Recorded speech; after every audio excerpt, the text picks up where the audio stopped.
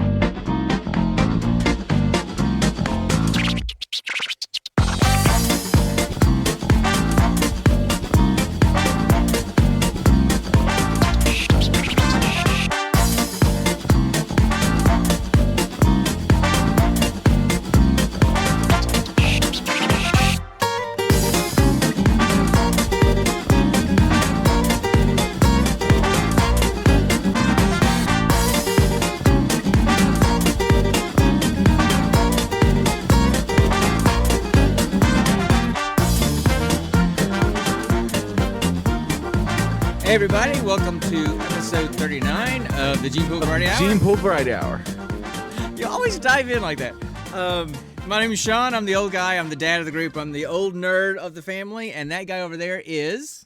And I am Connor, the one who obviously got the looks in the family. I mean, just look at this jawline and then look at that jawline, and you see that's where I get it from. Yeah. So anyway, this is not our normal night. We are usually doing this on Friday night, but we did not get to do it Friday night, so we're doing it on Saturday night. That's my B, everyone. That's my B, everyone. Yeah, I'm not gonna go there, but anyway. So Connor was having a little bit of a rough day yesterday, so we just decided to shift it today. And also, hopefully you guys can tell that things sound differently on my end. For those that have watched the podcast, watched the stream the last few weeks, you've probably noticed that my mic is sounding worse and worse and worse. Apparently it was dying. So some of my buddies that are more seasoned streamers than I am and sound engineers helped me do some troubleshooting and kind of helped me figure out that my mic was just kind of dying. So I got a new one.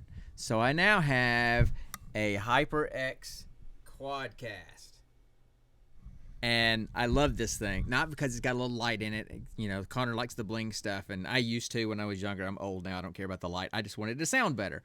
And I think these headphones can actually bling. Hang on, if I plugged them up, but I don't have any spare outlets. Mine too. You know, mine that I play with the Xbox, they've got a USB plug to make them light up. I could care less. So anyway, hopefully you can testify to the fact that this sounds better than the other mic. Does it? To you, Connor? I'm asking you. I'm sorry. I'm asking you. I'm looking at you, and I'm asking you. I thought you were talking to the audience.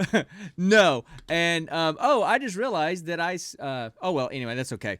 I forgot to start recording, so I'll have to just download this off of Twitch and then get the audio from there. So I'll do that. Come on, Dad. Yeah, you know, I'm managing multiple different things here. Oh, and by the way, I forgot Chase.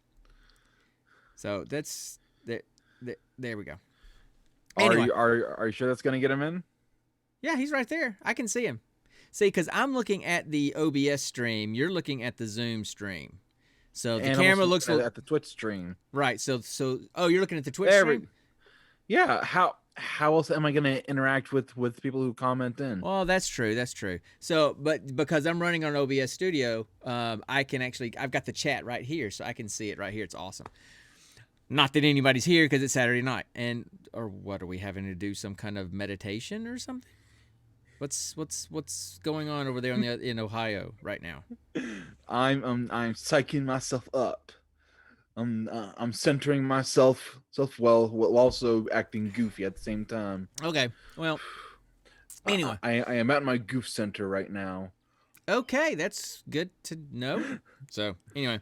You want me at my goof center. That's what brings in the bucks. You know, apparently the pizza rant went over quite well with friends last week. So I had a much better experience with pizza yesterday. We decided to go with Fox's Pizza instead of your old place. Much better. Better pizza. I've never really liked Fox's Pizza. Their stuff is way too thin. It is thin. You're right. It's a thinner crust, but the sauce is so much better than Marco's. They use too much of it though. They use so much sauce. Their pizzas all look red. You forget. For a brief time, I worked at Fox's Pizza too. Oh, that's true. But anyway, so the point is, it was much better. The experience was better. The pizza was better. So, and it was actually done according to order this time. The first time, not the second time either, like last time. Anyway, but I've kind of got a pizza rant too, by the way. Oh, okay, go. Yeah. Are we going to be like a pizza podcast now? I mean, what's this all about? I don't. That'd be a good podcast. I would watch that. Okay. Anyway. Yesterday I ordered from Pizza Hut, and so I got their large pan pizza, and they messed it up. I asked for. Well, that's not good. I asked for extra cheese, extra sauce, they gave me light sauce, and light cheese, and then I also asked for double pepperoni and bacon. Mm-hmm. They gave me regular pepperoni. In fact, one would even call it light pepperoni, and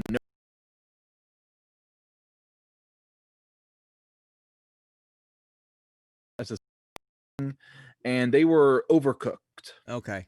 I like don't they were know. black. I didn't hear you. Hopefully they did. I think you dropped it.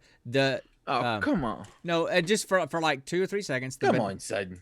The audio engine had to get restarted. Sometimes it does that. We've had pretty good luck with it lately, but it kind of crashed there for a second. Anyway, so Anyway, it sucked yesterday. okay. Yeah, and today, just like an hour before we were getting started, got a crisis in the house.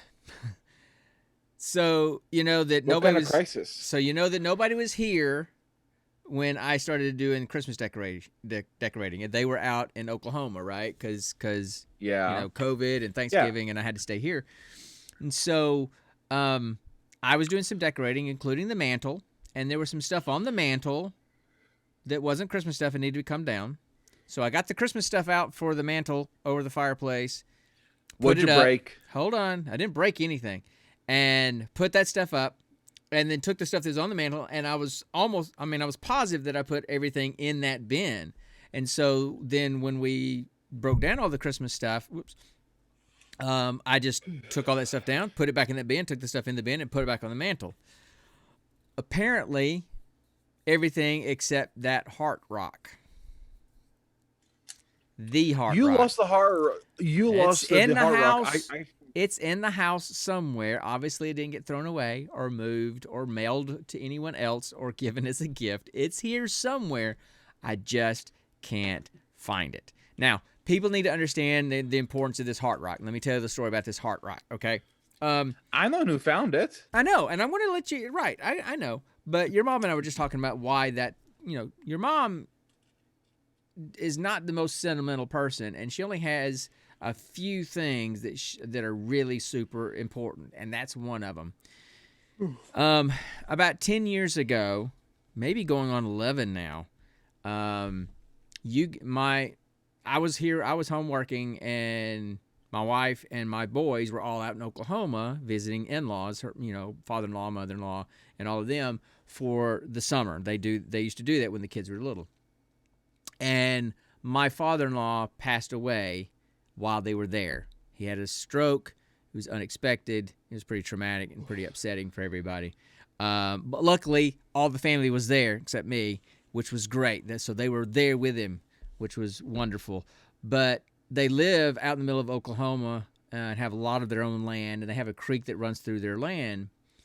And just to try to distract the kids and distract my wife and her sisters and my mother-in-law with everything that was going on, they decided to walk down to the creek and just kind of spend some time down at the creek. And while they were down at the creek, as all this emotionally traumatic family stuff was going on, Connor reached down into the creek and found a what? A rock. A rock. How come it was about the size of my head, and it somehow eroded and cracked all that good stuff into the shape of a heart. It was not an exact shape of a heart anatomically, but the exact shape of a heart that you would draw for Halloween, for Valentine's, that kind of heart. You know, yeah, that kind of heart. It was perfect, and so and then he gave it to my wife, and just because he wanted her to feel better, and that's because that's Connor's heart. He wants people to feel better. He just has a good heart, and so. Aww. Here that my wife lost her dad unexpectedly, and Connor finds a heart and gives it to her at that same time. So that heart has a lot of value to her, and so I'm kind of beating myself up pretty hard right now until I find that thing. So tomorrow after church, I'm getting in the attic and I'm going through every single Christmas bin that we have in the attic again. So I may be in the attic for a few hours, but I've got to find it. So anyway, so that was happening right before the podcast started tonight. So I was a little distracted. Anyway, I don't have that. That's kind of what's going on right now. See anything fun or interesting or boring or anything like that going on with you? Um, let's see. I got to hang out with the in-laws on my end again today. While me and Nikki were doing laundry, just just a casual kind of hangout type thing. Mm-hmm. I go every Saturday. I'm off because that's when me and Nikki do laundry Right. traditionally, Right. and and and as always we end up getting into telling stories and having kind of like family type talks, Mm-hmm. which it's kind of like a it's interesting coming from my end Mm-hmm. because they are open about everything. They talk about everything, no holds barred. They just let it all out, Mm-hmm. and that's kind of new to me. Mm-hmm. Well, I mean, it is when you think about it. okay. Now, we were pretty open about things. There were just we. I mean, there were things that your mom and I would talk about or do or be involved with that we wouldn't talk to our children about. But we were pretty open about things. I mean, you and I've had some conversations recently that are pretty open. So Hmm, anyway, well, do you want me to go into detail? we know we never finished them. That's the thing. That's true. But That see that see but that's true. but that's a testament to both your and my ADHD Ah more, ah, but more than anything else. but but didn't you tell me just the other day you were going to get back to me about those questions, but you never did? Case in point, ADHD. I, But yeah, you know, yeah. so The stories I love hearing about the most are the stories of Mr. Sexton, during his army days. Because yeah. because Hold my he beer. has some Watch real this. gut busters. Mm-hmm. You That know, well, one of his stories literally involved a line just like that. okay. Almost every outlandish military story starts with, and so there I was. Almost everyone starts that way. So anyway, Oh man, I mean, I would repeat them if I could, yeah. but but it's a combination of being inappropriate for this type of stream, Mm-hmm. Mm-hmm. the family Yeah. friendly Not type family stream, friendly. Not family friendly. and Gotcha. Gotcha.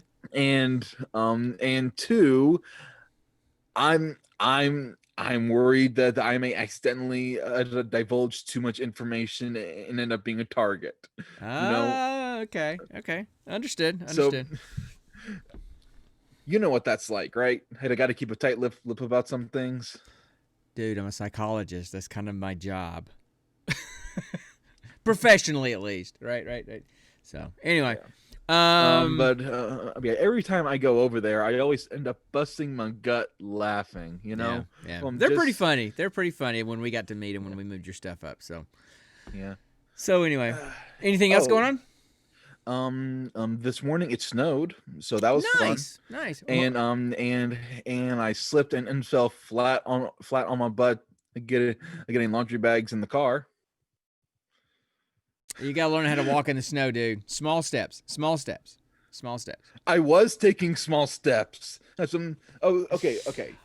Um, uh, um, I was taking small steps Yeah. in sneakers, while while carrying two unbalanced Mm-hmm. loads of laundry Right. across the parking lot. Uh-huh.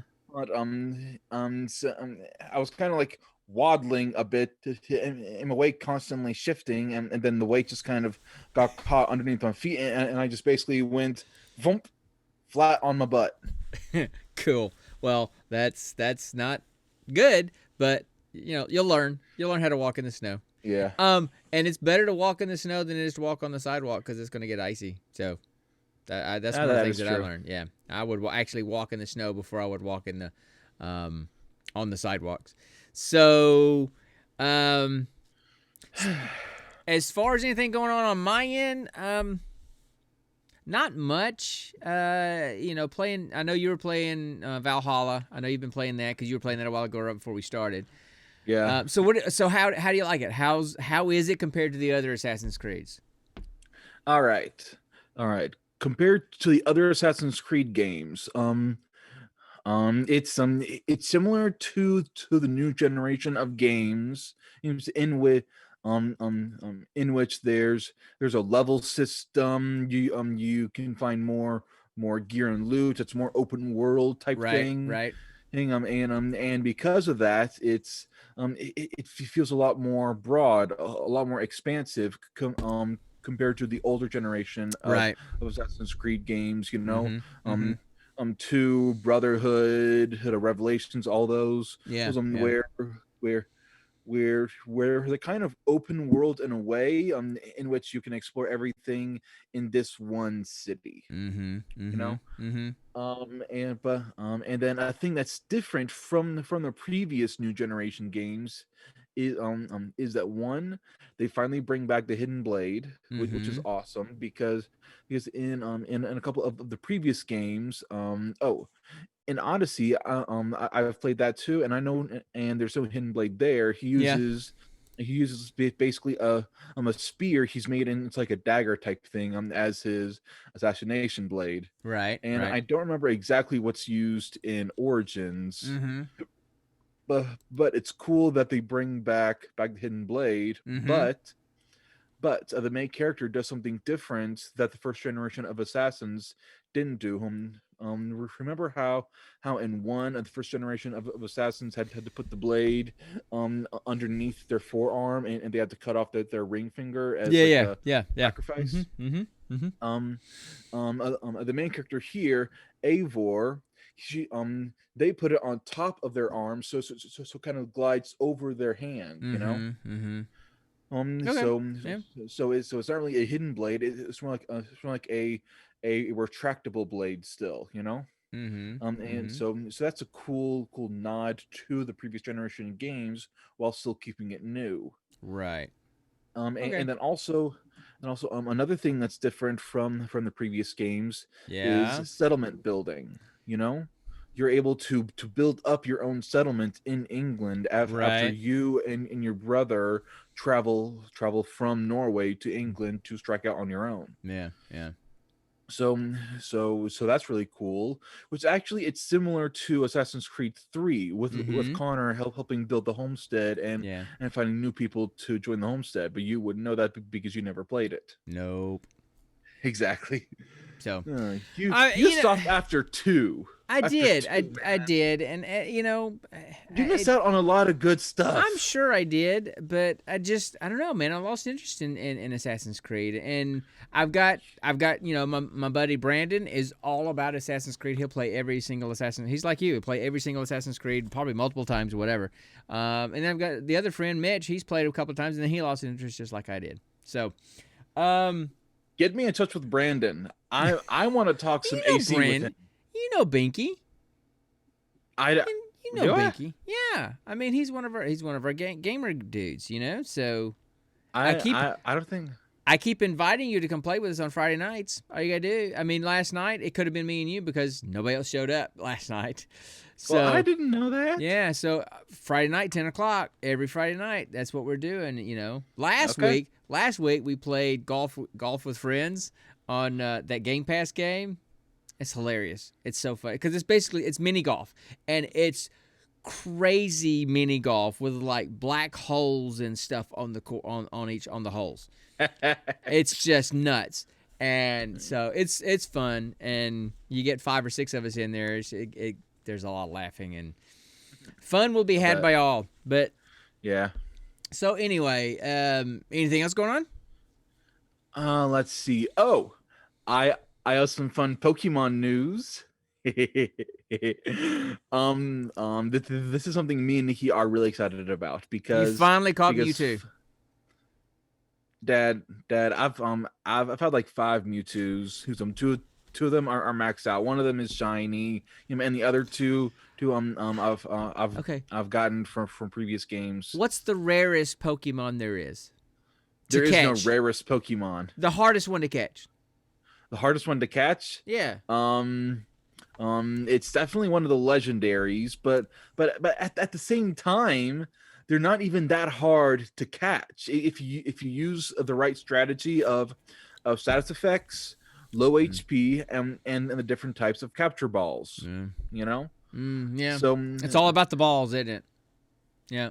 Yeah. I in got it. this scenario, Yeah. it is all about the In balls. all scenarios, it's all about the balls. The big news is that one of our favorite Pokemon games, Mm-hmm. Pokemon Diamond and Pearl, is getting Yeah. a remake for the Switch. Oh, cool. That's Yeah, nice. yeah. It was one of the first. It was one of the first DS Pokemon games Mm-hmm. because it was the fourth region. Right. You know, Right. Right. and it was the very first game. It was the very first Pokemon game Nikki ever played, and she loved. That's what got her hooked into the series. You know, Right. Right. Right. Right. Right. Okay. Cool. I just can't wait to see what's gonna be like. Is it gonna be a sort of updated open world concept like Sword and Shield? Is it going to be kind of an overhead head but updated view, kind of like Let's Go Pikachu and Let's Go Eevee? Mm-hmm. I want to Mm-hmm. know these things. Yeah. Yeah. Well, Yeah, just I, deadpan. You don't give a crap. I don't. I'm not a Pokemon guy. I mean, I did the Pokemon Go thing. I know it's not real Pokemon. I get it, but I did that just because everybody else was doing it, and it's fun to collect stuff. But I'm not gonna, I'm not gonna buy game after game after game after game after game doing that same thing. I'm just not. Oh, You know. speaking of collecting, there's Yeah, this game called Slime Rancher. I've heard I of it. believe Yeah, it. I Yeah, think it's on Game Pass. I downloaded it today, Yeah. and and I played it, and it's actually really fun. So what? So what do you do in Slime Rancher? Basically, you play a scientist, and you have the special gun that sucks up these creatures called slimes, and Mm-hmm. and you do research on them. You feed them, take care of them, and it's basically a sort of self homestead building collectathon type thing. And you can sometimes fight Yeah. evil types of slimes. Gotcha. Okay. Yeah, it's actually really fun. Cool. So, how things going at work? How things going with life? All that kind of good stuff. Let's see. With work is work. You know, I get up at 4 a.m. every day. I make my sandwich or my protein shake, and I drive and I try to jam out to some high pumping songs to help wake me up. Wake me up Yeah. inside. Don't wake up. What song is that? Wake me up inside. Oh, oh, okay. I had to listen to the words and put it in the correct music. Don't wake up! Wake me up Yeah. inside! I Who can't is that? Who get is that? up. Who is that again? I don't know. I mean, I know the song, but I I can't. want to say it's Skillet. Yes, I think so. I think you're right. I think you're right. I think you're right. So anyway, okay, cool. Um, and then basically me and my supervisor Jeff have been doing the same stuff. Tearing apart hard on bad carriers, cleaning up the posts. Yeah. Putting together clean carriers, sending them online. Um, Jeff has been having a rough time lately though Yeah. because Yeah. his wife can't catch a break. Mm. I'm sorry. Let's see. First she falls and breaks her hip. Then and then she gets a couple of blood clots in her system that has to be tried to fix. And then finally, after three other injuries that I can't even remember, she gets COVID. Okay, So so go ahead. it's piled up one ailment after another after another after another. Right, right. So that was truly a chicken you just chased.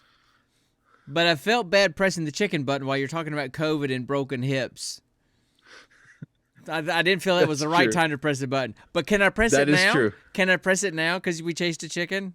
I mean, we haven't chased a chicken yet, so that's the first chicken we've chased. Can I press the button? You may. Thank you. Okay. So, all right. So on my end, there are chickens in the hospital apparently. Apparently. So on my end, not a lot's been different. Yeah, go ahead. Besides losing the heart rock, there's something going on. Thanks for the reminder. Appreciate that. That's why I'm drinking this, and we'll probably have another because I feel really bad. Really bad. But anyway, so other than that, work is work. I'm supposed to be doing some traveling here soon. I'm supposed to be going to Savannah next week. We'll see. I'm supposed to go to Seattle the 2 weeks after that, but we'll see because it's just travel. It's travel. But so I am anxiously waiting the arrival of my mutant powers because I got the first round of the COVID vaccine the other day. Okay. I got and it's working for the military.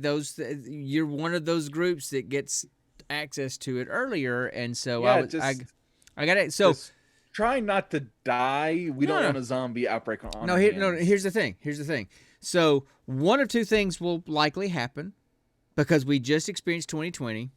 2021 started with a violent coup in the national capital, federal capitol building. Oh my gosh, I'm not even going to go there. I barely even know what happened.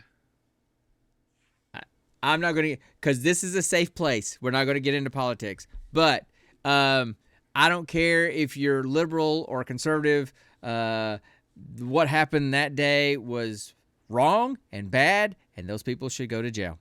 And I am a conservative, and those people should go to jail. I'm sorry. That was wrong what they did. They basically stormed the federal capitol and Congress. They literally broke into Congress. Did they storm the White House? No, they didn't storm. No, because they're the extreme Trump supporters on the extreme right side that just they believe in this whole conspiracy that the election was stolen and all that kind of stuff, which is not true. Whether there was some fraud or not in the election, and there probably always is in every single election. Oh, I'm chasing a chicken here for sure. Not enough to turn the election, change the results. Chicken. You know, it's one of the best chickens in the world. It's a presidential chicken, you know. just gotta suck it up and deal with it because it's the best chicken in the world. It's a huge chicken. So anyway, apart from that, whose Trump impression was better? Comment down below. Oh, you were definitely better than me. Anyway, so. Where was I going with all of that? Oh, so the COVID vaccine. Chicken. The COVID vaccine. So I got access to the COVID. So there's two types of there's two types of vaccines, okay? There's the kind of the traditional kind of vaccine, which is basically contains a dead form of the virus. Okay, that goes in, so it doesn't cause you to have the illness, but it will build up your immunity against the virus. Okay. Yeah. And then there's this new one that's been it's relatively new, a new type of vaccine, and it's called an mRNA vaccine. And it actually, I don't understand it completely, but it's kind of a genetic kind of vaccine. It kind of gets in, and it actually teaches your cells to produce a protein to block the virus from getting in. Okay, so it's rewriting your DNA. No, it's not rewriting. It's just telling your DNA to produce extra of whatever this protein is that will block the virus from getting into your cells. So you have two different types of things. You have the dead virus, the old classic vaccine thing, and then you have like the DNA kind of, the RNA kind of vaccine. So in my opinion, one or two things is going to happen. Mm-hmm. If you get the old style vaccine, zombie apocalypse. If you get the new style vaccine, X-Men. So I got the new one. So I'm anxiously waiting for my mutant powers to show up. I'm What just what sitting what do you by. think your powers are gonna be? I have no idea. I don't care. I just want some. Okay? I just want a What if mutant they're power. super stupid? I don't care. Like It's a mutant power. I don't care if I've got the frog tongue thing that dude had in no, no, no, X-Men. no, no, no. I've got an idea of something that's worse than that. What? You turn invisible every time you fart. Cool. I'm invisible all day then. No, no, no, no, Sweet. no. No, and then when you fart again, you turn revisible. Well, but only your physical body becomes invisible, not your clothes. So it You would only work if you're walking around naked. you made that. You made that formula. Remember? You made the formula. Oh my god! Oh my god! From Luke's movie party. Yes. Okay. So let me tell you guys this story. Let me tell you this story. So Connor's got two younger brothers, and the next one down, there's a couple years younger than Connor, had a birthday party when, what was he, like 8, 10, somewhere around in there? I can't I think remember. so, yeah.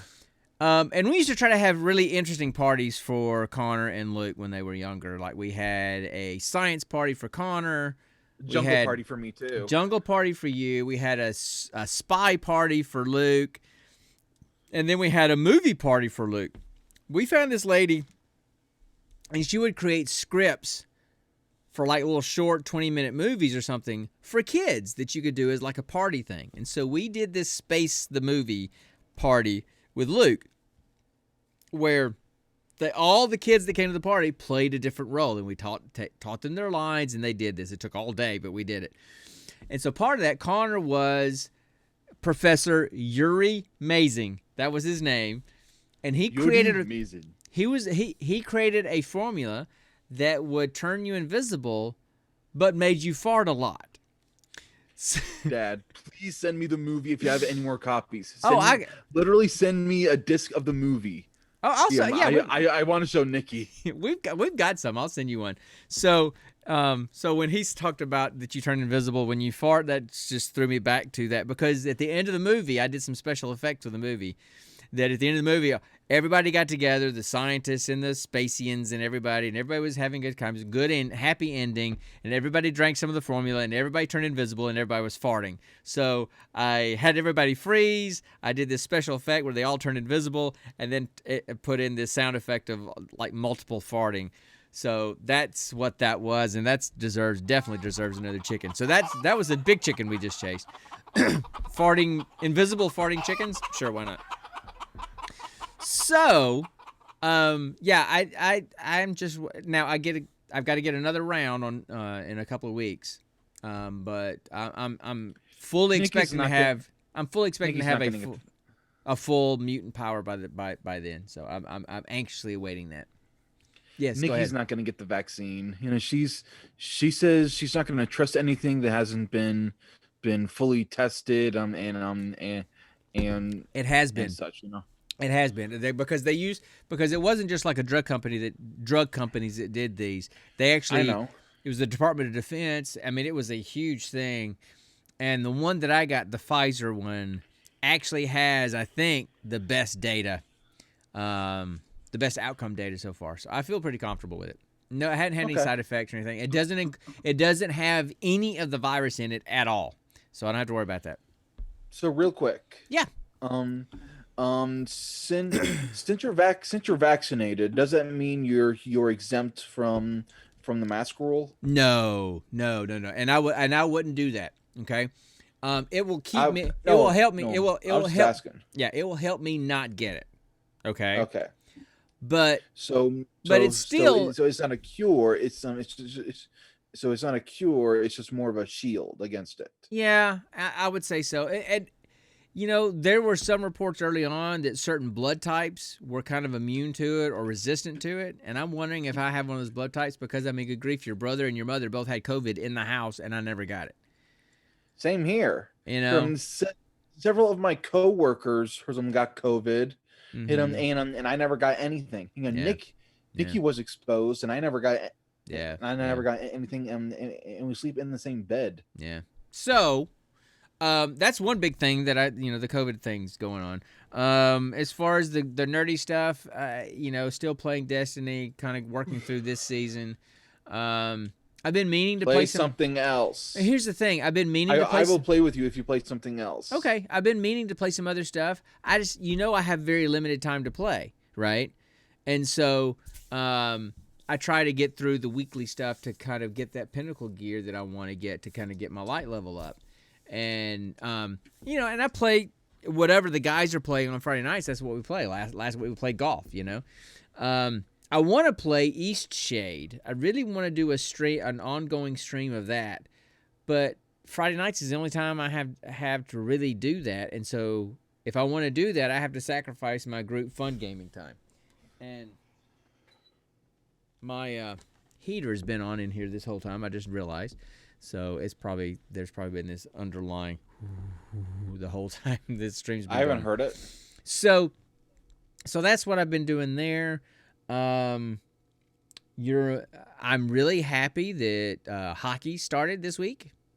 The hockey season started this week. Oh yeah, you're getting into hockey now. And this is why. Okay, and this kind of gets into the political stuff too. I've always been intrigued by hockey. I've just never really understood it. And it moves so fast that and not being raised. And football doesn't move fast? No, because you have plays, you have time to watch the plays develop as they're calling the play and all this kind of stuff. Whereas hockey's never stops moving. Basketball too, but basketball is still a little bit slower than hockey. And soccer's the same kind of thing, but soccer's even slower because it's just a bigger field, right? So I've always been intrigued by hockey. I've watched hockey periodically here and there. I'll watch sometimes I'll watch the Stanley Cup playoffs. But I've never really fully dove, whatever the correct grammar is. Dove, Dad. Into hockey. But something that I've been really frustrated with is everybody knows that the tagline for our podcast is your geek safe space, right? Yeah. Because we made a choice 2 years ago when we started doing this, that we were not going to talk politics, we were not going to jump into all that kind of stuff, that this was your place to get away and just enjoy talking about geeky stuff and not worrying about all that. Because what I had already noticed 2 years ago, and it's gotten much worse since then, that you can't get away from it. There's no place you can go to watch, to enjoy, to hang out, and not be bombarded with all the heavy, negative political stuff that's going on. And so that's been the case. That's the case with NFL. That's the case with the NBA. It's the case with the Major League Baseball. But NHL has kind of made a point to be as apolitical as they can be, to avoid all that as much as possible. So I'm going to support that because I want my sports. I'm not saying that they don't. They absolutely have the right. Those individual players absolutely have the right to protest, to express their beliefs, all that kind of stuff. But I don't want to see it every single minute of every single game. I don't want it to be the point where there has to be a comment about it every single game. I want to watch the game to enjoy sports because I like sports. So of course, we've decided, your mom and I, we're going to dive into hockey this year. So, we've been spending... Okay, there's a nice image. What? Okay, so for those of you that are just listening to the podcast and are not watching this, as I'm talking about sports and hockey and stuff, Connor's talking to his fiancée Nikki off screen, and she hands him a Q-tip, and he just starts digging in his ear. So he's just... I have an itch. So he has an itchy inner ear and is now scratching the heck out of it with a Q-tip. Okay. So, we don't know anything about hockey. We're still learning the basics of hockey and the rules and the teams because we've never really followed NHL. I could tell you a lot about the NFL because I followed the NFL for years. But we've never really followed the NHL. So, who do we root for? I mean, and we're kind of looking at, was it the Central? They kind of redone the divisions because Chicago, the Blackhawks are in that division. We lived in Chicago. Nashville's in that division, although I hear that a lot of people, all of my friends don't like them. They're the closest thing to a home team these days. But Columbus, which is where you live, Columbus, Ohio, the Blue Jackets are probably who we're going to root for. And there's a new expansion team coming next year, the Seattle Kraken. So I'm probably going to follow them too. The Seattle Kraken? The Seattle Kraken. Yes. Oh my God. Release the Kraken. So I'm not a huge fan of their logo. It's kind of subdued. But the Columbus Blue Jackets is pretty cool. So I like that. So I'm probably going to start following them. So that's something new. We're becoming hockey fans, and man, so that's all I got kind of going on these days. So I don't really have anything else to talk about that. Yeah, same here. And that's all I got to say about that. And that's the way it is. Okay, that's Walter. Is that Walter Cronkite? Or... Yes, that's Walter Cronkite. I can't remember if it was Walter Cronkite or if that was the guy that came before Walter Cronkite. And that's the way it is. I can't remember. Anyway, and then, that's all I've got to say about that. That's Forrest Gump. So there you go. You referenced Walter Cronkite and I referenced Forrest Gump. So is there anything else you want to talk about before we dive into our other stuff? Because we've been doing this for oh my goodness, we've been going at it for 50 minutes already. And wait, for how long? 50 minutes. Now, I would say 40 minutes because it was streaming for like 10 minutes before we actually started. So we've done nothing that we say we're going to do on the podcast, and we're already 40 minutes into it. Oh man. Okay. I say we do the geek question first. We got to do the geek question here, guys. All right, guys. So y'all get ready. We're going to do the geek question. Here it comes. I want to ask you a bunch of questions, and I want to have them answered immediately. So, all right. So the geek question is, what is your least favorite movie trope and why? I got my answer. I hope yours is not the same as mine because I don't have anything else. If it is, mine is the trope of the hero meets the girl and they basically meet and interact for a few days and they're somehow totally in love. It's like you met this dude like 3 days ago and you're already head over heels in love with him, so much so you would go to the ends of the earth for him. Right. You're crazy. You're literally freaking stalker crazy if that happens, Right. That's almost close to freaking Stockholm syndrome. Okay. Right? Yeah, I mean, we just saw that recently in one of the movies we talked about in Delirium, right? They only knew each other literally for in the movie 3 days. And then they're about to hook up and they're about to save each other. They but they weren't in love. The brother was just trying to protect her because he didn't want another death because of him. That was just his good moral compass trying to protect someone. Yeah, we would all do that. Yeah. Okay. Yeah.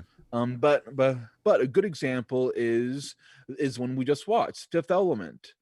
Dude literally has a chick fall through his cab and somehow falls head over heels in love with her, even as she is speaking a dead language, and then pulls a gun on him and points it at his head.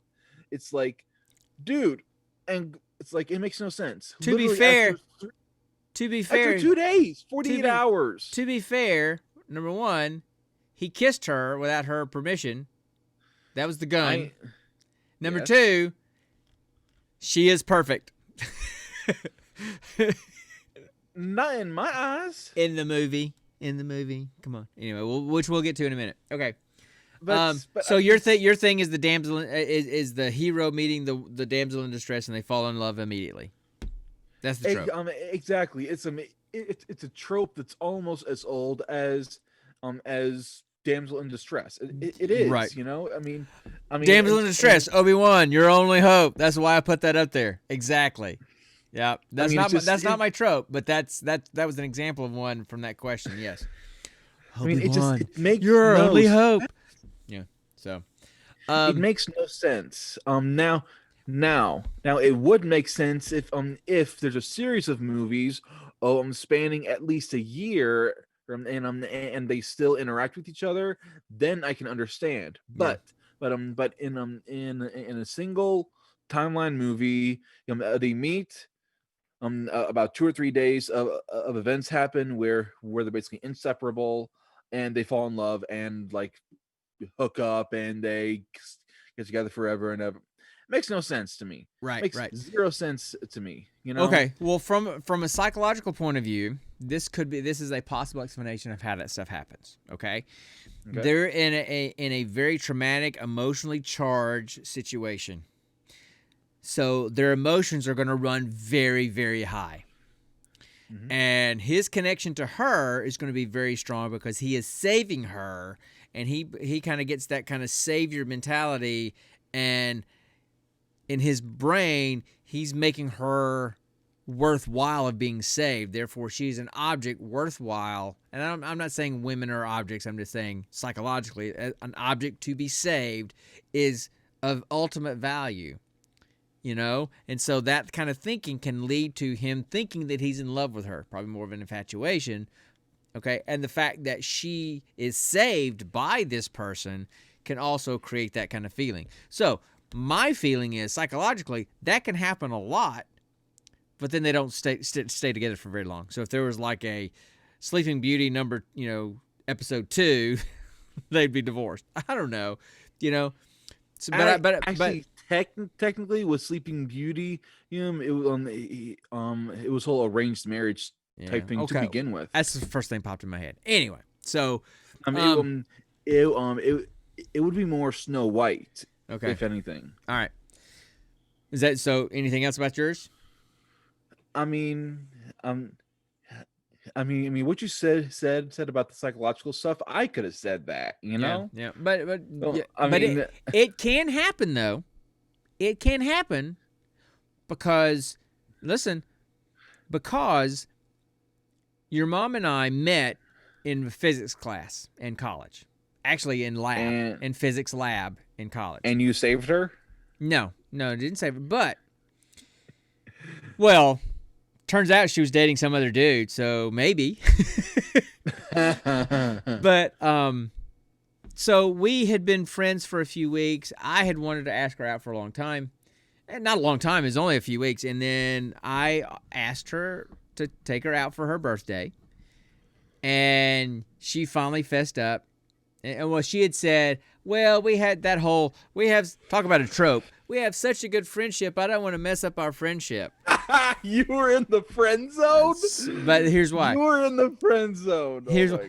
She had a boyfriend. That's why. And she wouldn't tell me. So I said, okay, that's cool. So I just kind of put pressure on her. I said, that's fine. Let me just take you out for your birthday. Just friends, as your friend, let me just take you out for your birthday. Right? And on her... Hey, Smashy. Hey, Smash! So when I took her out for her birthday, that night, we went out to dinner. And she said, let's just drive around for a little while because we had some time before the movie we were going to go see. Mm-hmm. And she said, let's just drive around for a little while. I'm like, okay. And she had me go down a specific road. And as I'm driving down this road, that's when she told me she had a boyfriend.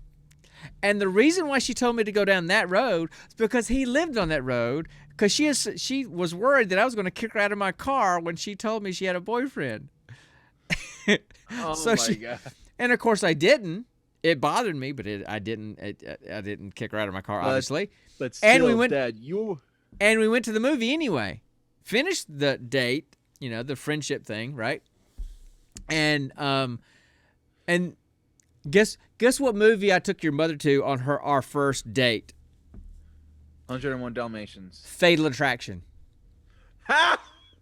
That was the movie we saw on our first date. Yeah. About a man cheating on his wife with a woman who ended up being bipolar and completely crazy and killing their bunny. Bull the freaking rabbit. Woo! So anyway, oh my gosh, Dad. Okay, well, hold on. And so the story is, and man, this is big chicken. So then as we go, it's an origin chicken. We finish You know, we go see the movie. I take her home, and then the next day I have to go to a friend's wedding, right? So it's like a Friday night I took her out. Saturday I had to go to a wedding. Sunday morning she calls me. She broke up with her boyfriend. 2 weeks later we knew we were going to get married. We didn't get married. We didn't get married for 3 years. We dated for a year and a half, and then were engaged for a year and a half.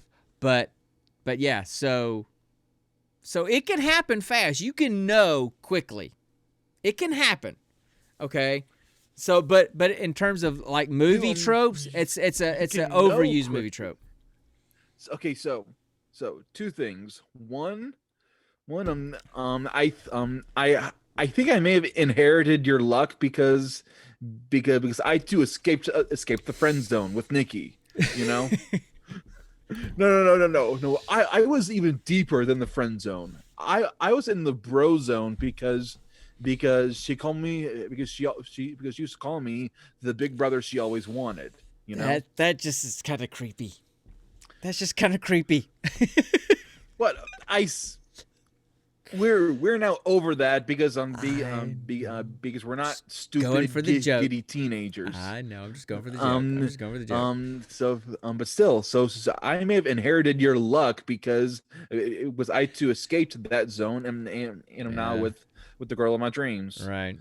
Well, that's good, and that's good. It's good for us all to have a good story. So, before we continue, I was going to say one more thing. What okay. was it? Well, while you're thinking, let me just shout out to Smashy and just I hope everything's going okay after surgery and everything's good. So, I haven't heard specifically how things are going, but I'm assuming since you're in here, things are going fairly well. So that's good. And Connor, and if you showed up for horseshoes and hand grenades on Thursday nights, you would know. So. Oh. Oh yeah, you know what? You're in bed. Well, you're in bed asleep at that point almost because you got to get up so stinking early. That's right. I never sleep. So. And I remembered my my second thing. Okay, I don't know what happened there. Oh, think actually. My mic cable. How in the world? I didn't touch my screen, but my mic cable on my touch portal actually. How in the world? How did that happen? That's not a finger. Sticky That's cable? a cord. I don't know, but anyway, hey, sleep is precious, but rare. My thing is my second thing was yes you can know something about it, you can get this gut feeling inside you that's gonna marry this person, but a sane person would still go through the process of dating and just making sure they're actually compatible before diving headfirst in. No, I know. You're right. A bunch of these tropes that I see, these people basically meet, fall in love, get married all within at the latest a month period. Right. And the relationships that happen like that very, very, very, very, very, very rarely actually end up happy. Right. The only exception I can think of is Aunt Paige and Uncle Rusty. Two completely different families. Huh? How about Aunt Kim and Uncle Rusty? Aunt Kim and Uncle Rusty. Because Aunt Paige would be my sister, and Uncle Rusty would be your mom's sister's husband. That would be weird. Sorry. That would be weird. Aunt Kim and Uncle Rusty. I thought that's what I said. Aunt Kim and Uncle Rusty. Start singing. I'm my own grandpa after a while, man. Jeez, really? Anyway, you know what I mean. They correct. Basically after a month knowing each other, and they spent what 20 years together. Something like that, but I can't remember.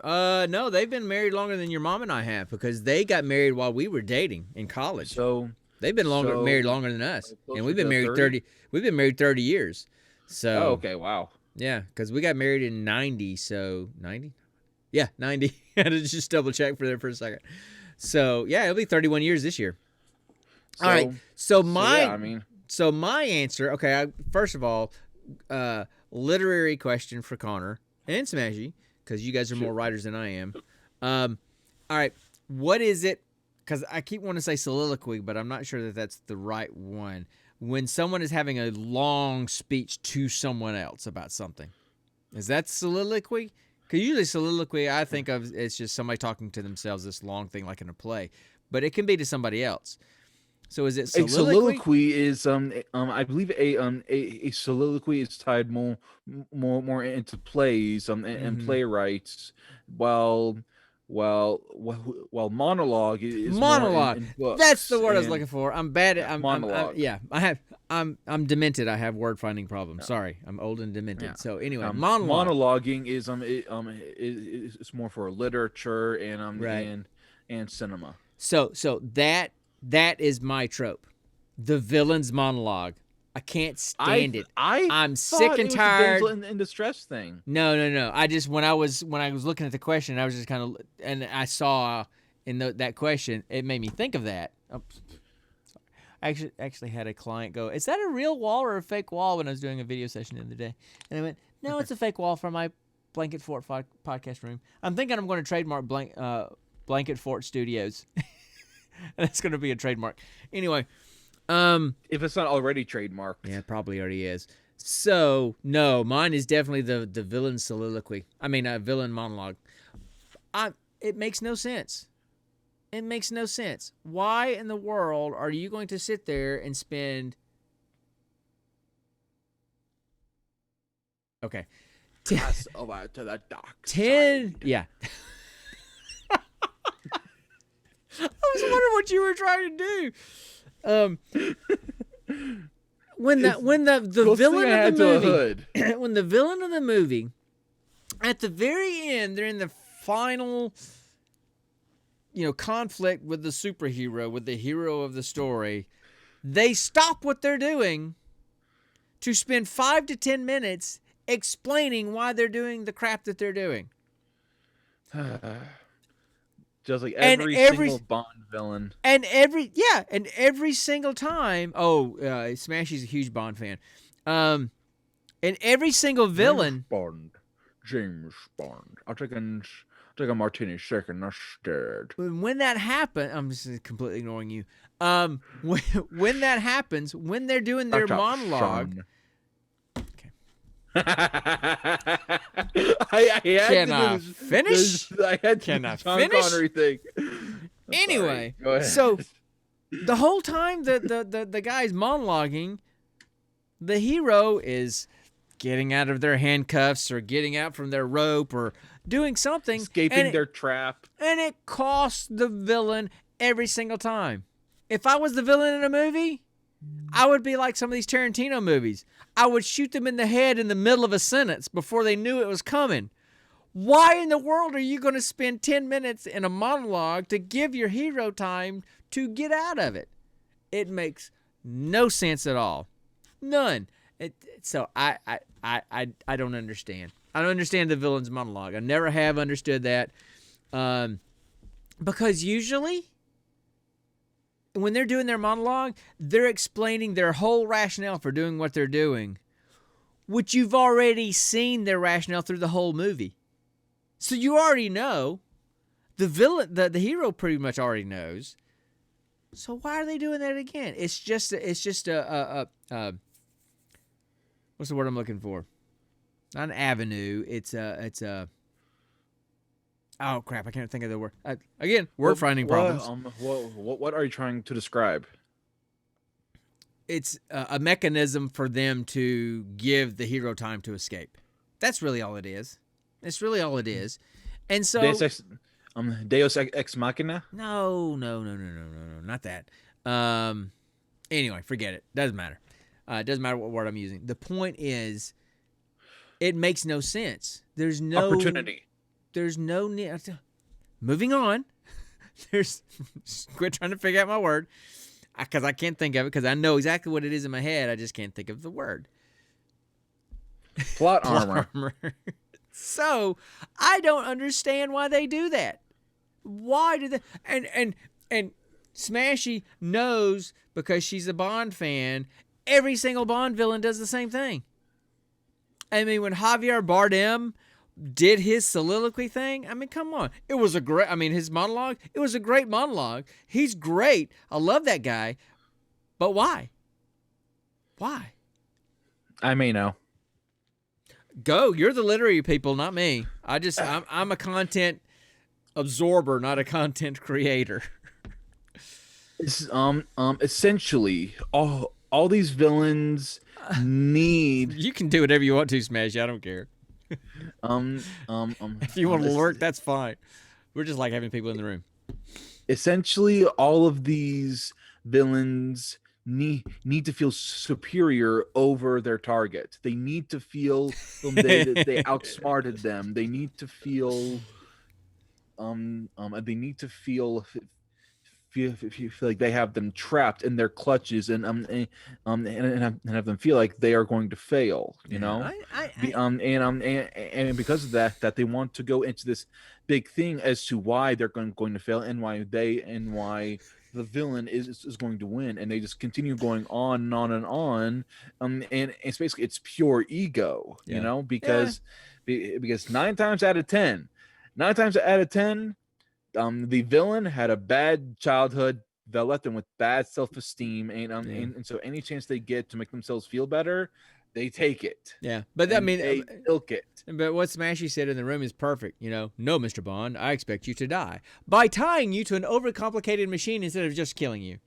That's exactly it. I don't understand that. Just kill him. Sorry, that sounded kind of harsh. But just drop them in a tank full of sharks with laser beams on their freaking heads. What are you, Dr. Evil? I mean, come on, man. $1 million. 100 million billion dollars. So anyway, so that's mine. That's I just. Has anyone seen Mini-Me? I can't take. He passed away. Did you know that? I know he did. He just passed away. I hate that. That's a shame.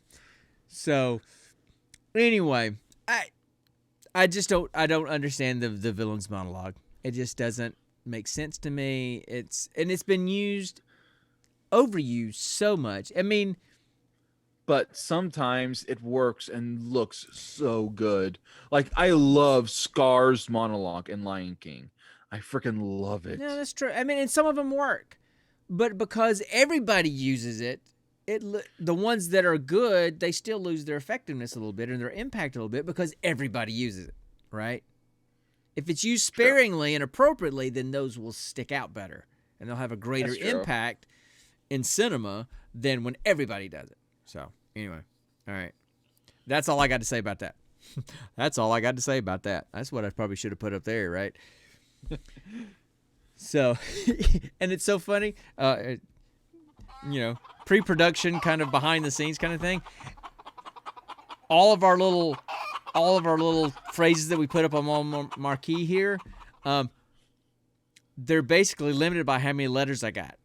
So I have to write out, okay, which quote do I want to do? And I'd sit there and go, okay, how many letters have I got? Yeah, I ain't got enough letters for that one. I gotta find something else. Get more letters. Well, I don't know if I can find some that are that specific size. That's the thing. So, all you need to do is go on Amazon, look up the exact product, and then find the measurements, and then just find extra tiles made for that specific product. Usually they have it in. Normally these people buy these things together type thing if you scroll down. Well, you know? Yeah, I know. And I'm anxiously waiting. This is completely aside, but I'm anxiously waiting for all of our other house renovation stuff that we're getting ready to start doing, because it's several steps, because eventually in that step I get to move my blanket fort to the other side of the garage and expand it a little bit and lengthen it a little bit. So I'm going to have a bookcase back here. One of our old black bookcases I'm going to have back here, so I can actually put some of my stuff back here instead of just the hanging thing with fishing line on the fake wall. And so I get some of my Funko Pops up there. I'm working on a design for an LED sign to put back there. So it's going to be cool. If you make one, make a second one and send it to me. Or you can save up and buy it yourself, Mr. Adult. I when you said making, I thought Oh no, I'm not thought making. that's No, when no, no, hand making. no, Yeah. no. I'm designing the logo stuff and having somebody else do it. Okay, that makes more There you go. sense. So, yeah, if I was just making it, I would do that. But anyway. Yeah, Okay, exactly. we've been talking way too long and we haven't even got to the movie yet. And I this know. is actually a good movie and fun movie to talk about. So, you think maybe we should move on? Yes. Yeah, I think we should. And I'm I gonna have a lot to say about this, 'cause specifically about one character. I know which one too. Because I actually like football and there's football playoffs on right now, so I would like to watch the night game. So anyway, all right. You're not recording? No, I don't record football. No, I watch it live. Oh. So anyway, Okay. so now it's time for the next installment of. Roll for credits.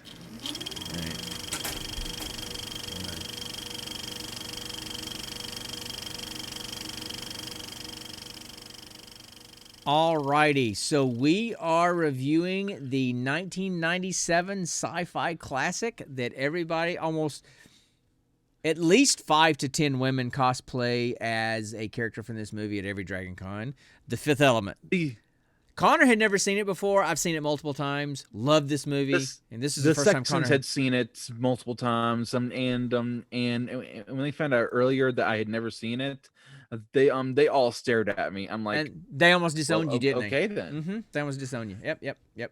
I would too. You almost did the same thing when I told you Nikki never watched Monty Python. Well, yeah. I mean, that's just wrong. It's just wrong. And there should be no excuse for not having seen Monty Python and Holy Grail. Sorry, there just shouldn't be. So, okay, so Multipass. Exactly. Exactly. I almost made that my sign too. I almost did that as my sign. Why didn't you? That would have been hilarious. I multipass.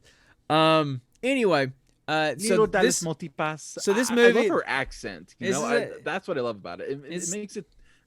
Sorry. No, go ahead. The accent the actress uses after she learns a bit of language. I love the accent. I can't quite place it. It's almost like a tie between Spanish and Hindi. Just it lilts off the voice. And Yeah. I like it. Well, and I mean, a lot of people look. People in nerd culture, we know this movie and we know that it's a good movie, but the general population doesn't know much about this movie. But I mean, yeah, it was made in 1997, a sci-fi movie. But I mean, it had a great cast: Bruce Willis, Mila Jovovich, Chris Tucker was in it. Gary Oldman, Ian Holm, do you know who Ian Holm is? Actually, I don't. Ian Holm, well, he was the priest, but Ian Holm is also Bilbo Baggins. Really? Lord of the Rings. Yes, he is Bilbo Baggins, and not only is he Bilbo Baggins from the Lord of the Rings movies, he was Frodo Baggins in the original radio teleplay of Lord of the Rings back in the day. He played the Frodo character, back in the 60s when they did the radio play of Lord of the Rings. What? And then when they did the movie, they brought him in to be Bilbo, and he was the priest. So, yeah, it's great cast. Yeah. Oh, real quick. Yeah. Who was Zorg? Oh, that was Gary Oldman, who is also an Academy Award winner.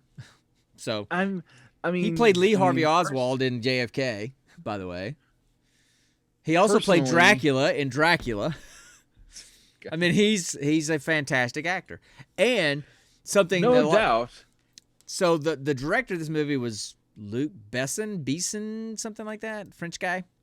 And apparently, Gary Oldman was a big fan of his. They were friends, and he was a big fan of Luke's. And Gary Oldman accepted this role without ever even reading the script. When he found out that Luke had written it and was directing it, he said, "Yeah, I'll do it."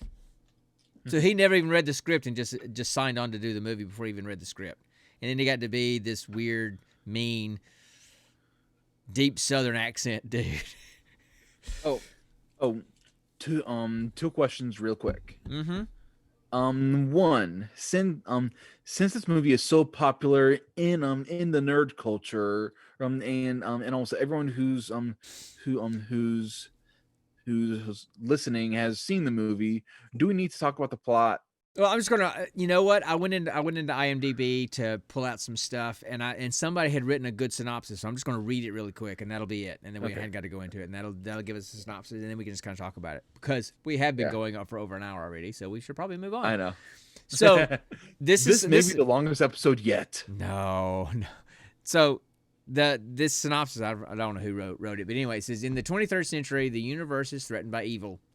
The only hope for mankind is the fifth element, who comes to Earth every 5,000 years to protect the humans with 4 stones of the 4 elements: fire, water, earth, and air. Mondoshawan spacecraft Shawan. is bringing the fifth element back to Earth, but is destroyed by the evil Mangalores. However, a team of scientists uses the DNA of the remains of the fifth element to rebuild the perfect being called Lilu. That's Mila Jovovich. She escapes from the laboratory and stumbles upon, falls through really, the taxi of the taxi driver and former elite commando Major Corbin Dallas, that's Bruce Willis, that helps her escape from the police. Lilu tells him that she must meet Father Vito Cornelius, that's Ian Holm, to accept her mission. Meanwhile, the evil uses the greedy and cruel Jean-Baptiste Emmanuel Zorg, that's Gary Oldman, and a team of mercenary Mangalores to retrieve the stones and avoid the protection of Lilo. But the skilled Corbin Dallas has fallen in love with Lilo and decides to help her to retrieve the stones.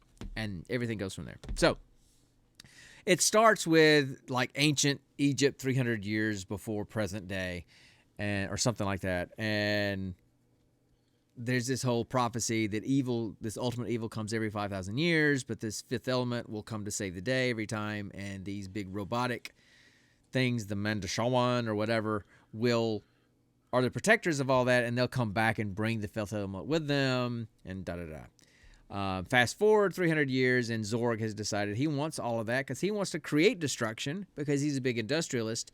And there's a great line in there where he talks about, if there's destruction, then people are going to need things. So I'm going to destroy things so that my company can produce things so I can make more money.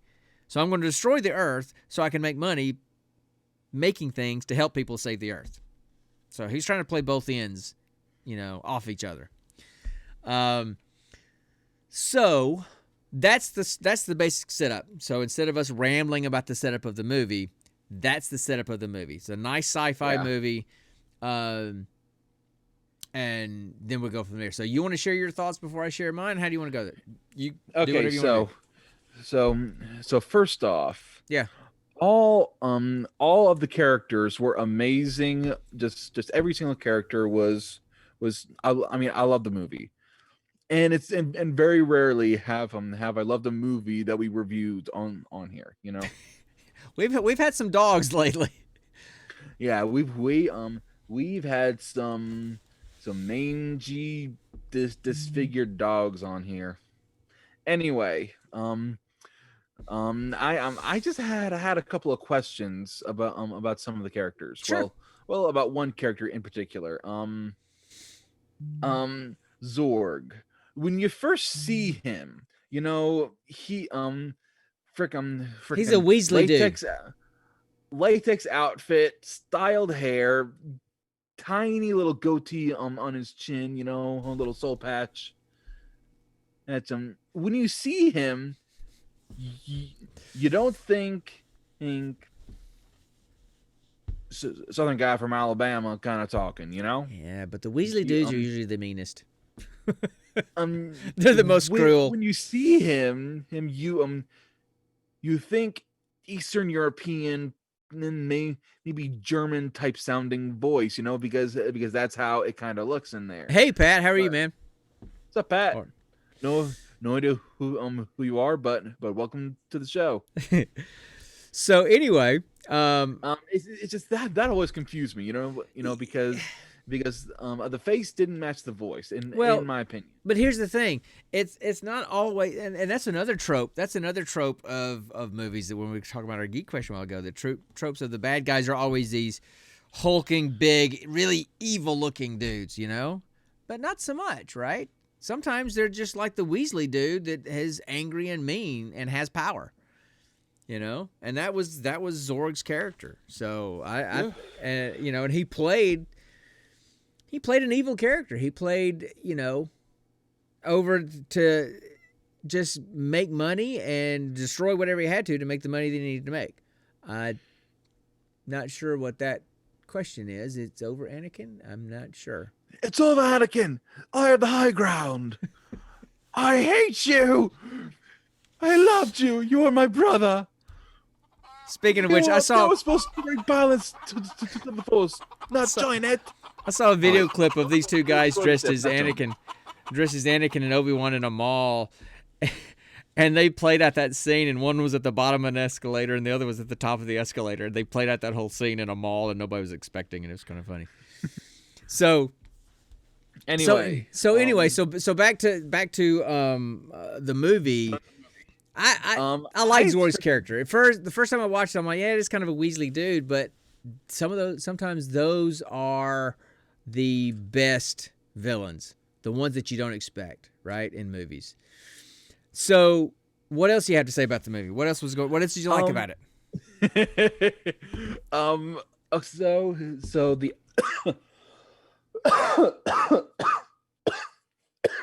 Okay. I'll fill in time while he dies over there choking as he aspirated something and literally leaves the screen.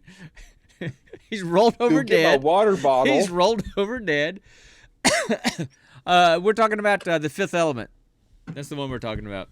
So anyway, the scene that I loved the most, honestly, it was the opera scene. Well, I wouldn't say I loved it the most. It's the one that stands out the most to me. It's the opera scene. When oh man, what's her name? I just watched it today. What's her name? Dang it. What, the opera singer? Yeah, Diva. Oh, yeah, just Diva. Yeah. As he was singing, amazing singing, by the way, but then randomly she started dancing and she was like doing this popping and locking type stuff while singing a classical aria, and it's like the dance does not match the music. Yeah, it made me bust out laughing for some reason. And I mean, clearly you could tell that when she sang that aria, which is called Il Dolce Suono, or however you pronounce that, which is actually a real aria. That they had digitized it a little bit to hit those notes. Yeah. But if you get on YouTube, you can find a woman that actually sang that and nailed it. And there was no digitizing to it. It's crazy song to sing. I figured you were going to talk about Chris Tucker's character. That was going to be your favorite. That's going to be the. Oh yeah, I'm definitely going to talk about Ruby Rod. I mean, he was. I haven't seen Chris Tucker in many things. I have not seen him in many things, but every time I've seen him, he plays essentially the same character. Yeah. A fast-talking, high-pitched, high-energy person who's essentially the comic relief, and I freaking love it. Yeah. I mean, come on, my man. Come on. You can't. On fire. I quit smoking. You can't. Like, there's no way you can keep up with. it. There's no way that you can keep up with Chris Tucker's, pattern of with my speech. stutter. Yeah. Yeah. So, but anyway, I freaking loved it. Every scene he came up, it was pure gold. Yeah. And here's what I liked about the movie. One of the things I liked about the movie was, it danced the line between super cheesy and just a good sci-fi movie. It kind of stood on the fence, and sometimes you feel, oh, we're going cheesy, oh, we're going super sci-fi. It kind of. But it ended super cheesy when you think about it. Well, yeah, but you kind of expected that. But it's kind of like, because I just got done watching Galaxy Quest again recently, because I watched the documentary for Galaxy Quest, which is amazing. Yeah. If you love Galaxy Quest, you got to watch the documentary that's on Amazon Prime. So it made me want to get it on Blu-ray. I got it on Blu-ray and watched it again. And thanks for the follow, Pat. And so, Yeah, man. anyway, so like with Galaxy Quest, it stood on that balance. It balanced between, okay, we're going cheesy, old Star Trek, really super cheesy, campy, to a little bit of drama and just comedy and sci-fi. It kind of bounced back and forth. It really did a good job balancing between those. And I always thought Fifth Element did the same thing. I haven't seen it in a while, but yeah, it's super colorful, and it's, there's a lot of there's action sequences, there's some comedy, there's a lot of comedy in it.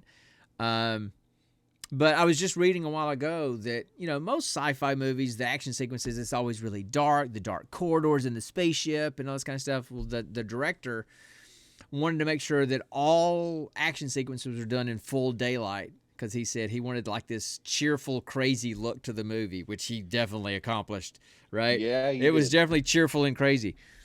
So that was one of the things that I really liked about it. Even the mugger was cheery in the beginning. Remember? I have to tell you, the mugger was probably my favorite character in the whole movie. I mean, he didn't. I don't know who the guy's name is, but just the strung out druggie trying to rob a commando, where he literally just takes the gun and says, "Oh, you haven't got it loaded," and teaches him how to load their own weapon that he's got pointed at him. It's just, I mean, he was great. I thought he was great, and he was only in the movie for 30 seconds, a minute. And then in the end, he was like, okay, and hands up, and he was freaking dancing. He was freaking hammer dancing his way off screen. Remember? I know, that was hilarious. That was hilarious. So, now, all right. So, what else did you like about the movie? Let's see. The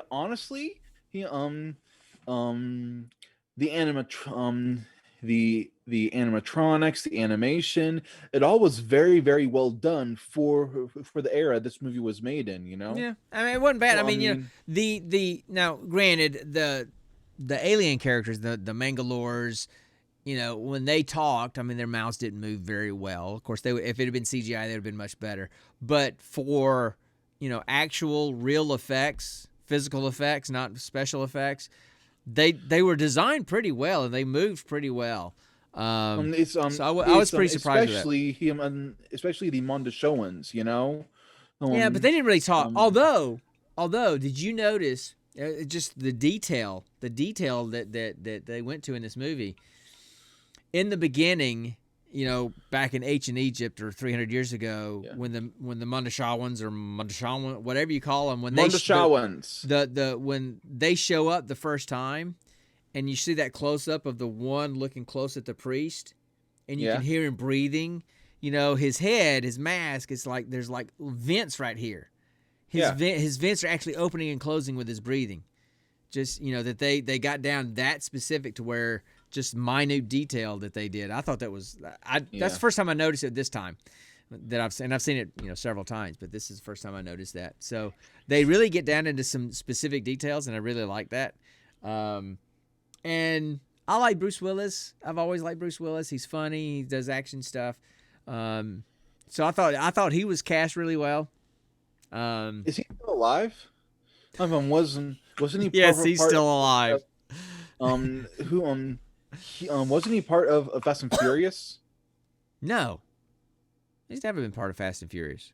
Not that Who I am I watched. Thinking of then. Not that I watched the Fast and Furious movies.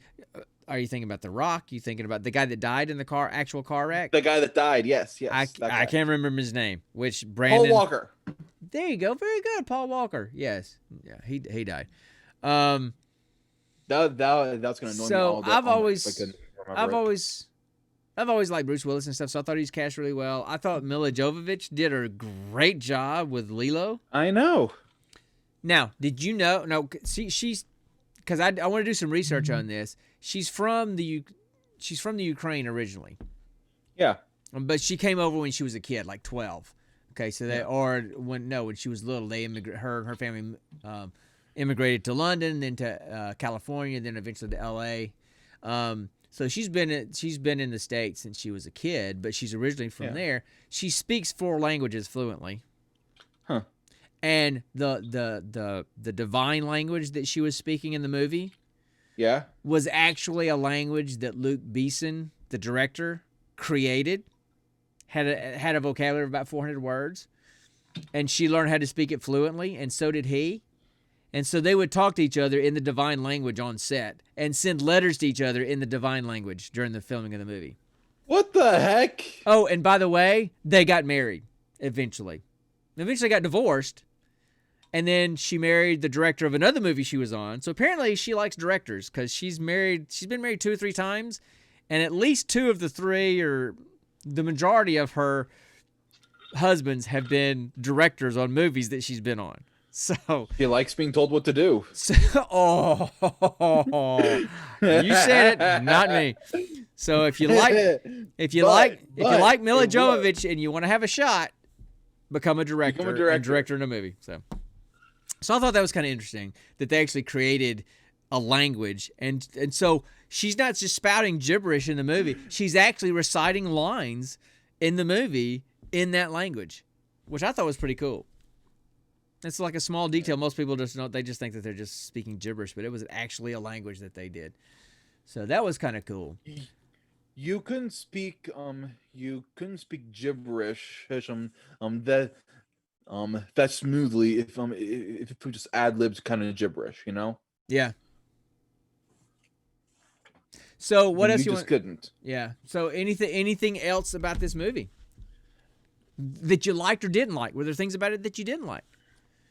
I didn't like the cheesy nacho taco quesadilla double blast of gas station nacho cheese ending to this movie. Okay, so love was the fifth element. And it kind of made sense. The love thing was kind of made sense because you saw that love angle coming. You know, I mean, what were they going to say? The fifth element was antimatter. I mean, come on. No. When she's the fifth element, they could have said to give the movie a real good grounding type ending. They could have said the fifth element was soul, and the only way she could have utilized the other elements would have been to sacrifice her soul to become a conduit for it, and basically sacrifice herself to channel everything up into the dark sphere. Yeah, that would have given it such a good grounding type of ending. But right. instead, true love's kiss makes her spew light into the sky, and then they do it in an ultraviolet light protection pod. Right, and I get where you're going with that. That if the movie had been a more serious, darker turn, you know, I can see that as definitely a way that they could have gone. That she ended up sacrificing herself. That she has to sacrifice herself every 5,000 years to save us from ultimate evil. I get that. But the same time, at the same time, if she did sacrifice herself, they still could have brought her back because that pod that brought her back in the beginning of the movie quite literally built her back from a couple of alive cells in a freaking hand. I know, but if they had gone that route, it definitely would have. Sacrificing yourself to save humanity. It's very, very Messiah-like, metaphor. And they may not have wanted to go that route, right? They made a movie literally about the Passion of the Christ. That was the point of the movie. This was not the point of this movie. This was a sci-fi movie. So they wanted to keep it like that. And so people that are going to go see a sci-fi movie would much rather see, in general, something that's a love story, that love saves the day kind of thing, than the other, because the other is a much darker turn. So I get where you're going with that, but I kind of like where it went, and I kind of, of course, you saw it coming the whole time, right? Exactly. But so anyway, I just super love this movie, and so now, next time you're at Dragon Con, if you get to come to Dragon Con anytime soon, I know being in Ohio, it's going to be a little bit difficult now, but you'll see, now that you know what Lilo looks like, you'll see the I'm 5 gonna to see 10. her. You'll see the 5 I'm to gonna 10 s- Lilos all over Dragon Con the entire weekend that I've I seen for mean, years that you've I, never noticed because you didn't know who she was. I mean, yeah. I mean, I mean the I think the most common cosplay of her is one that's basically just all those straps and that's it. Well, they either do that, they do just the straps, which are like the heating straps when she was first created, right? Or they do the thing with her white t-shirt, crop t-shirt, and the orange straps, right? Yeah. So it's one of those two, right? They usually do the one that's just the heating straps because that's the much more risque, and that's what people like to get away with at Dragon Con. So there you go. But There was but at this least now you one know. girl at Dragon Con still pisses me off now. This one girl at Dragon Con, she basically wore Batman themed lingerie and she called it a cosplay as Batgirl. And it's like, girl, that's Welcome not a to cosplay. welcome to Dragon Con. Yeah, dude, you and I have because we don't stay at one of the host hotels at Dragon Con, because I don't want to spend $1,200 for a weekend or however much it's going to cost. And we have family that lives north of Chicago and take the MARTA in for free. Well, not the Chicago. MARTA, Chicago, Atlanta. Sorry, that's a heck of a commute. But dude, if we were in one of the host hotels and we could stay up all night and go to all the parties at Dragon Con After Dark, most of the Yeah. cosplay at Dragon Con After Dark is straps Body or paint. body paint. So, Straps, pasties, and body paint. she was well dressed considering some of the other people that we have seen at Dragon Con. I mean, we saw some woman in a Batgirl, Batwoman cosplay that was nothing but body paint walking down the street in the middle of the day at Dragon Con. So there's that.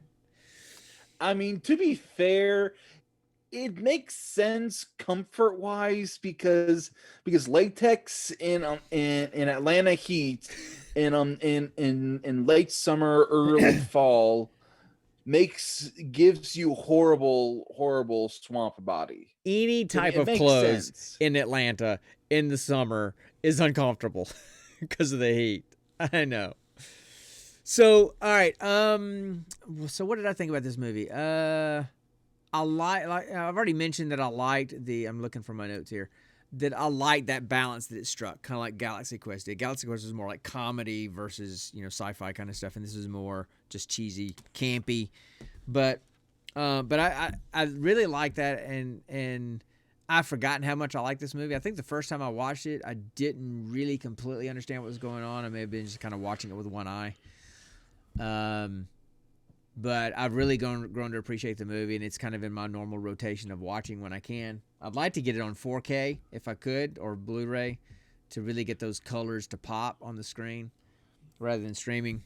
But it looks like we're having some major frame drops over here on the stream. Anyway, Yeah, I noticed that. so I thought everybody did a great job with the acting.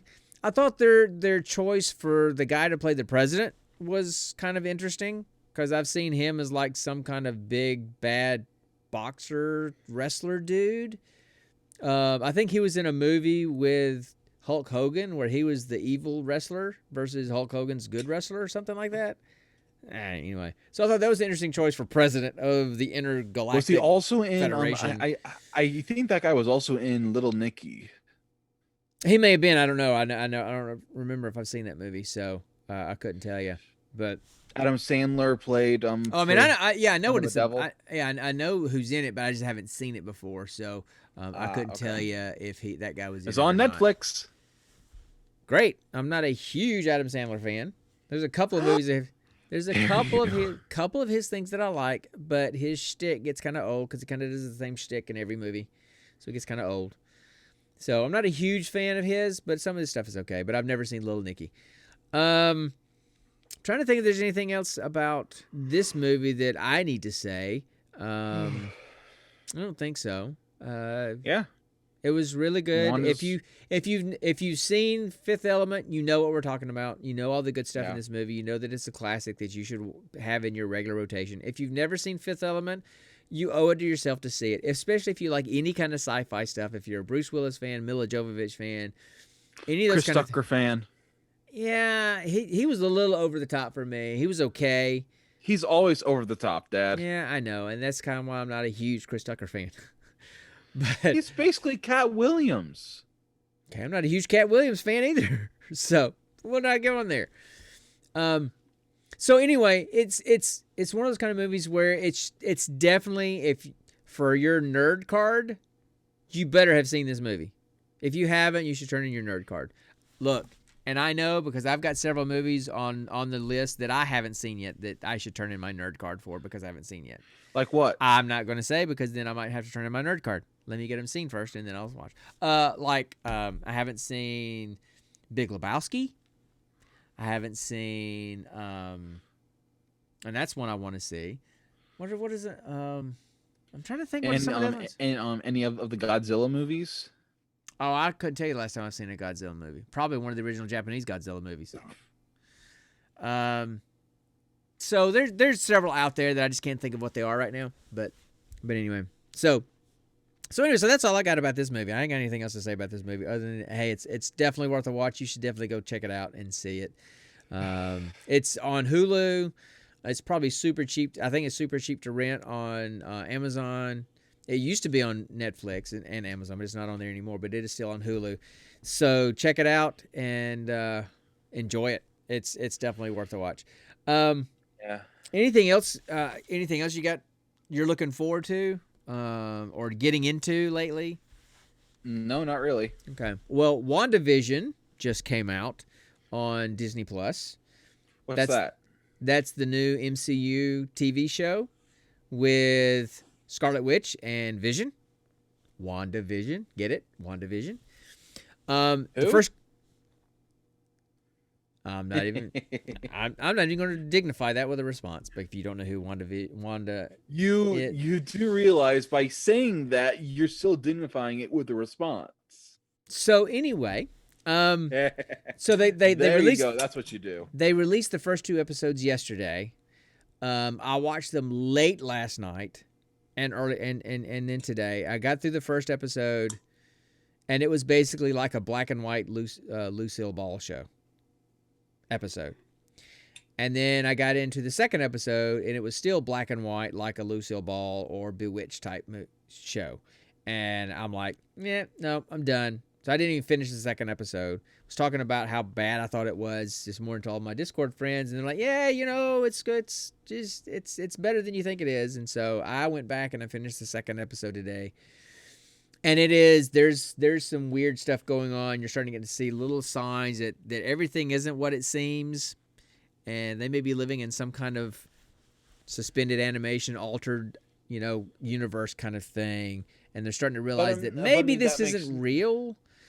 So, I'll finish watching it. But I think that if they had released the first 3 episodes and given us a few more of those little evil hints of evil underneath throughout, it'd have been a better hook than just showing the first 2 episodes, both of which were completely in black and white like a 1950s sitcom.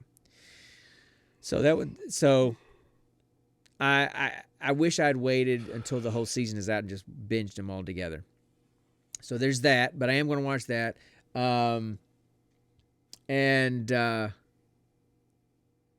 Finished watching Mandalorian recently, and that was really good, season 2. There's another show that you should watch if you guys like the reality shows at all. And I'm not a huge fan of reality TV shows like the competition shows like Survivor or whatever, but there's a really good one. It's only, I think, 6 episodes, and it's on Netflix, called Win the Wilderness.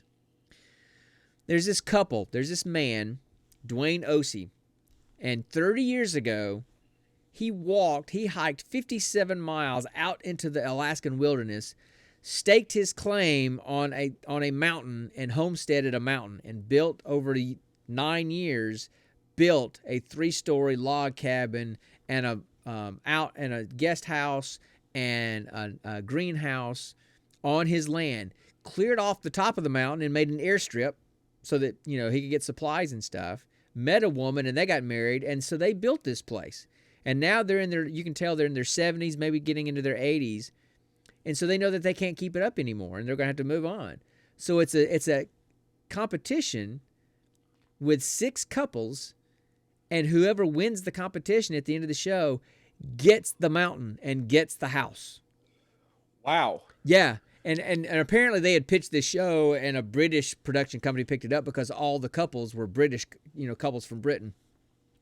But it was really good. It was really good. The competitions weren't that intense or whatever, but the competitions were there. The couples were really good. Some were okay, but some were great. And man, it tugged on your heartstrings when you got to the last episode, and Dwayne and Rena, the OCs, literally walked out of the house, never to come back again, with the winning couple standing inside the house. It's now theirs. And this is a house that they've spent 30-something years building. They own the mountain, and they're leaving it to these people. Wow. And so when they go up to the top of the mountain, to the airstrip, to fly away back to civilization, I mean, Dwayne reaches down and grabs dirt in the airfield and grabs it and just holds it in his hand. And he says, take care of these people, talking to the mountain. I mean, this is his life. So it was really good. It was really good. So it's worth a watch. It's only 6 episodes too, so it's not a long thing. And the couple that I liked from the very first episode is the couple that won. I nailed it. I picked the right one. I'm not very good at that, but I picked the right one this time. So anyway, just some things to be looking forward to, some things you guys should check out. I don't have anything else. It's almost 9 o'clock. We've been doing this for almost 2 hours. We started at 7. It's 8:42. I told you, our longest episode yet. Yeah. So I'm sorry, everybody. I'm sure Smashy's already gone to bed with, or trying to get her kid to bed. So anyway, thanks for listening. I don't have anything else going on.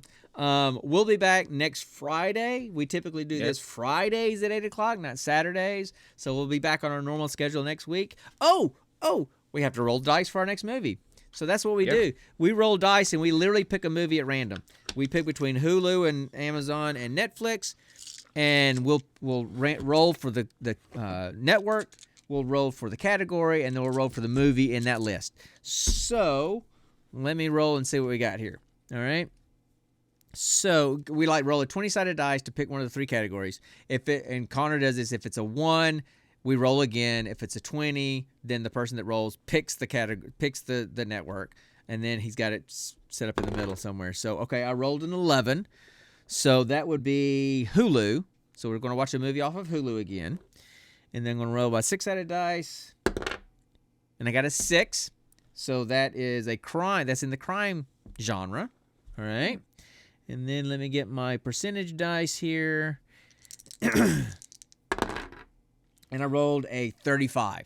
So let me go look and find the 35th movie in the crime genre on Hulu. I'll be right back, everybody.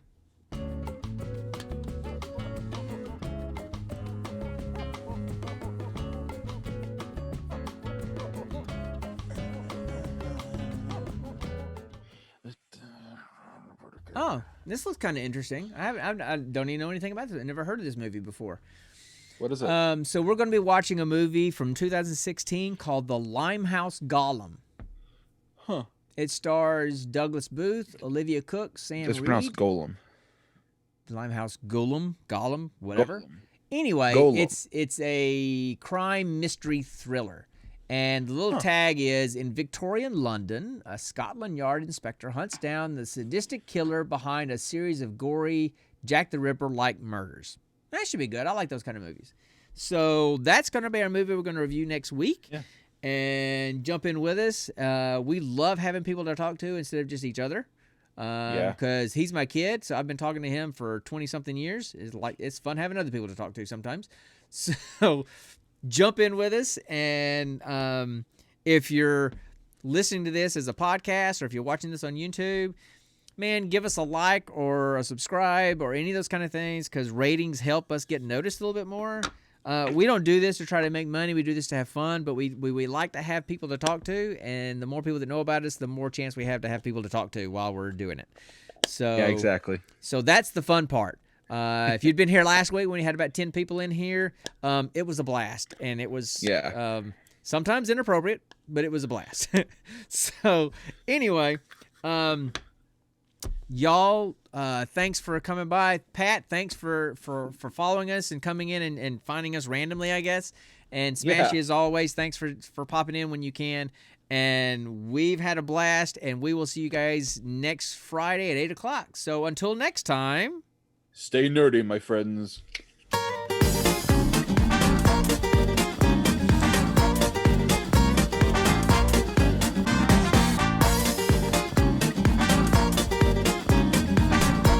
I didn't know you were still here, Smashy.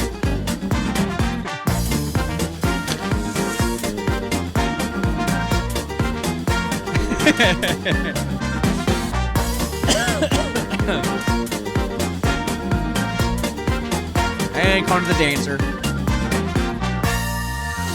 All right, y'all have a good night. Thanks for watching. Peace. Bye, guys.